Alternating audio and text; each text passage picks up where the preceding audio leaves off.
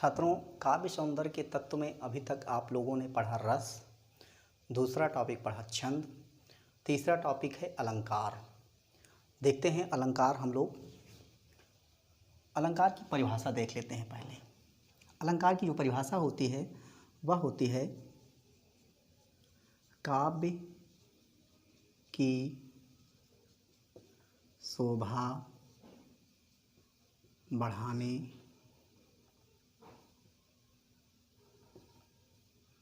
वाले तत्वों को अलंकार कहते हैं। अलंकार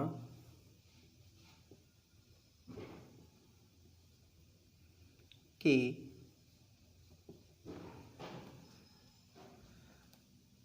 तीन भेद माने गए हैं। पहला जो भेद है वह है शब्दालंकार,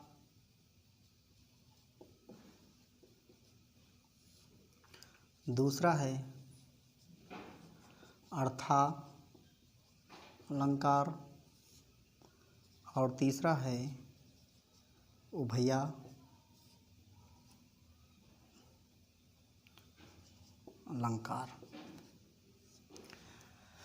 यानी कि पहला है जो शब्दालंकार, दूसरा अर्थालंकार, तीसरा है उभयालंकार।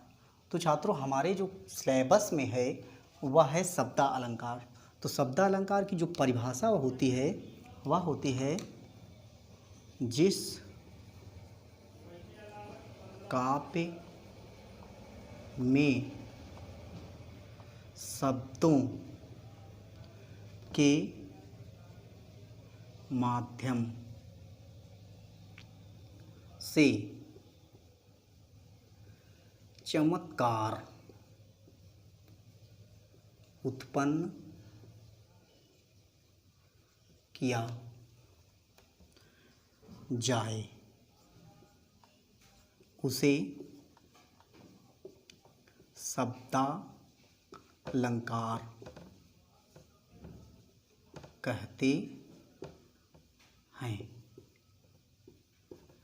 शब्दालंकार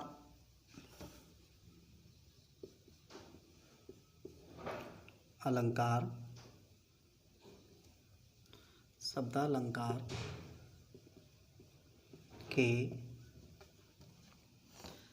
निम्न भेद हैं। तो पहला जो भेद है वह है अनुप्रास अलंकार,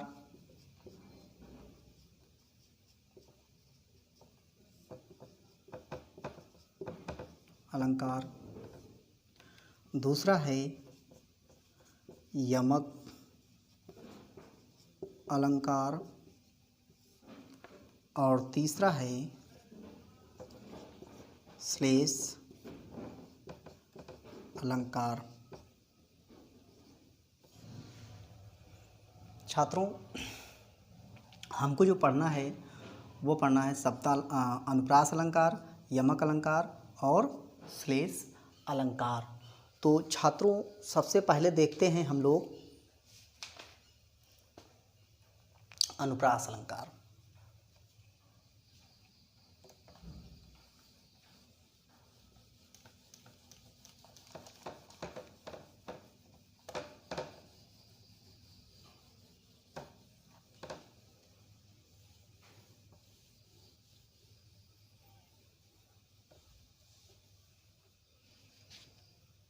अनुप्रास पहला देखते हैं। अनुप्रास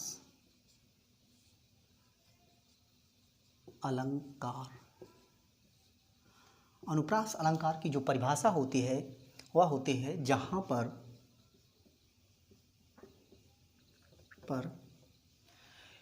किसी व्यंजन वर्ण की, जहाँ पर किसी व्यंजन वर्ण की आवृत्ति होती है वहाँ पर अनुप्रास अलंकार होता है। आवृत्ति का मतलब होता है दोहराना, यानी जब कोई व्यंजन वर्ण बार बार आता है तो वहाँ पर अनुप्रास अलंकार होता है। उदाहरण देख लीजिएगा, समझ में आ जाएगा। उदाहरण तरनी, तनुजा, तट, तमाल, तरवर, बहु, छाए। यानी कि आप लोग इस उदाहरण में देख रहे होंगे कि ता ता ता ता ता, यानी बार बार ता व्यंजन वर्ण की आवृत्ति हो रही है, इसलिए यहाँ पर कौन सा अलंकार होगा? अनुप्रास अलंकार होगा। ठीक, इसके बाद आता है आपका यमक अलंकार। उदाहरण दूसरा है यमक अलंकार। यमक अलंकार की जो परिभाषा होती है वह होती है, देखिएगा, यमक का अर्थ होता है युग्म या जोड़ा। यानी यमक का अर्थ होता है युग्म या जोड़ा, यानी कि जब कोई शब्द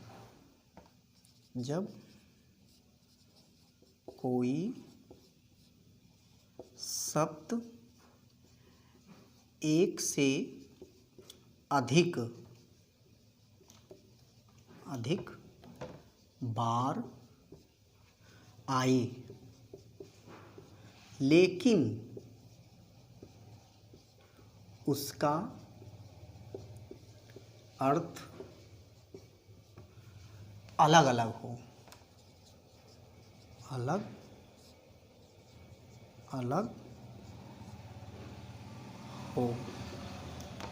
तो वहाँ पर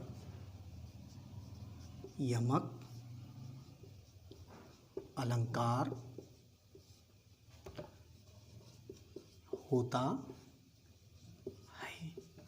परिभाषा छात्रों कह रही है कि यमक का अर्थ होता है युग्म या जोड़ा, यानी जोड़े के साथ कोई अगर शब्द आ रहा है, जब कोई शब्द एक से अधिक बार आए, यानी वही शब्द बार बार आए या 2 बार आए या 3 बार आए लेकिन उसका अर्थ अलग अलग हो, तो वहाँ पर यमक अलंकार होता है। समझ गए परिभाषा बच्चों? इसके बाद उदाहरण देखते हैं। उदाहरण है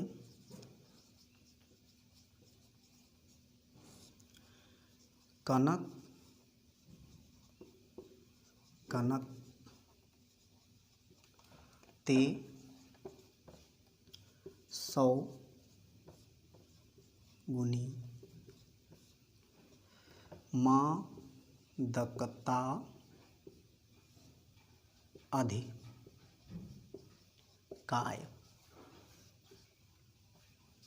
जो खाए बौराए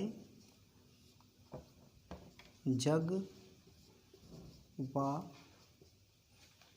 पाए बौराए। छात्रों, यहाँ हमने आपको बताया था परिभाषा में युग्म या जोड़ा।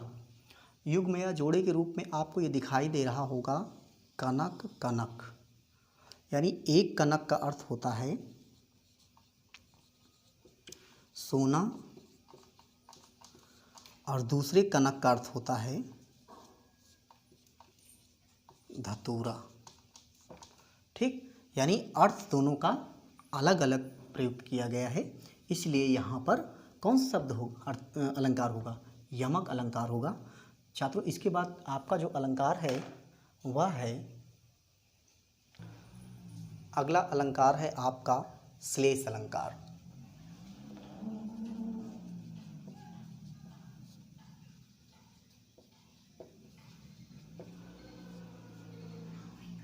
छात्रों, श्लेष अलंकार की जो परिभाषा होती है वह होती है जब कोई शब्द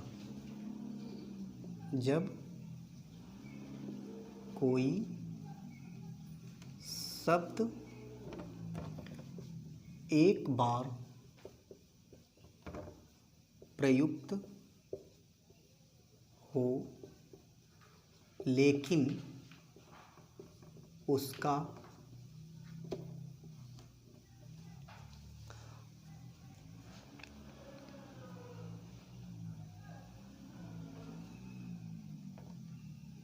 अर्थ अनेक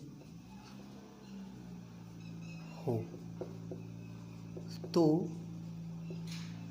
वहाँ पर श्लेष अलंकार कार होता है।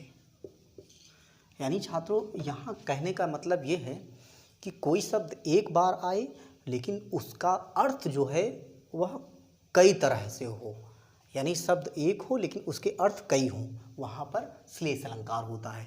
उदाहरण देखेंगे आप समझ जाएंगे। उदाहरण,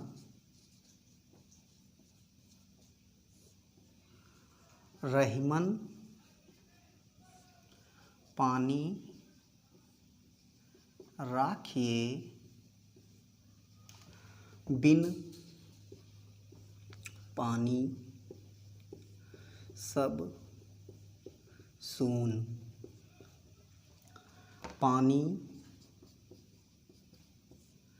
गए ना उबरे मोती मानुष चून। छात्रों, हमने बताया था यहाँ पर शब्द एक होगा लेकिन उसके अर्थ कई होंगे। इस उदाहरण में आप देखिएगा, ये पानी यानी इस एक शब्द है लेकिन उसका जो अर्थ है अन्य जगह में प्रयोग किया गया है। जैसे मोती का पानी चला जाता है तो उसकी चमक चली जाती है। मनुष्य का पानी का मतलब होता है बेइज्जती, यानी उसकी मान मर्यादा अगर नष्ट हो जाती है तो उसका सब कुछ समाप्त हो जाता है। चून यानी चूने का अगर एक बार पानी सूख जाता है तो चूना किसी काम का नहीं बचता है। इसलिए इस पानी का अर्थ 3 जगह प्रयोग में लाया गया है, इसलिए यहाँ पर श्लेष अलंकार होगा।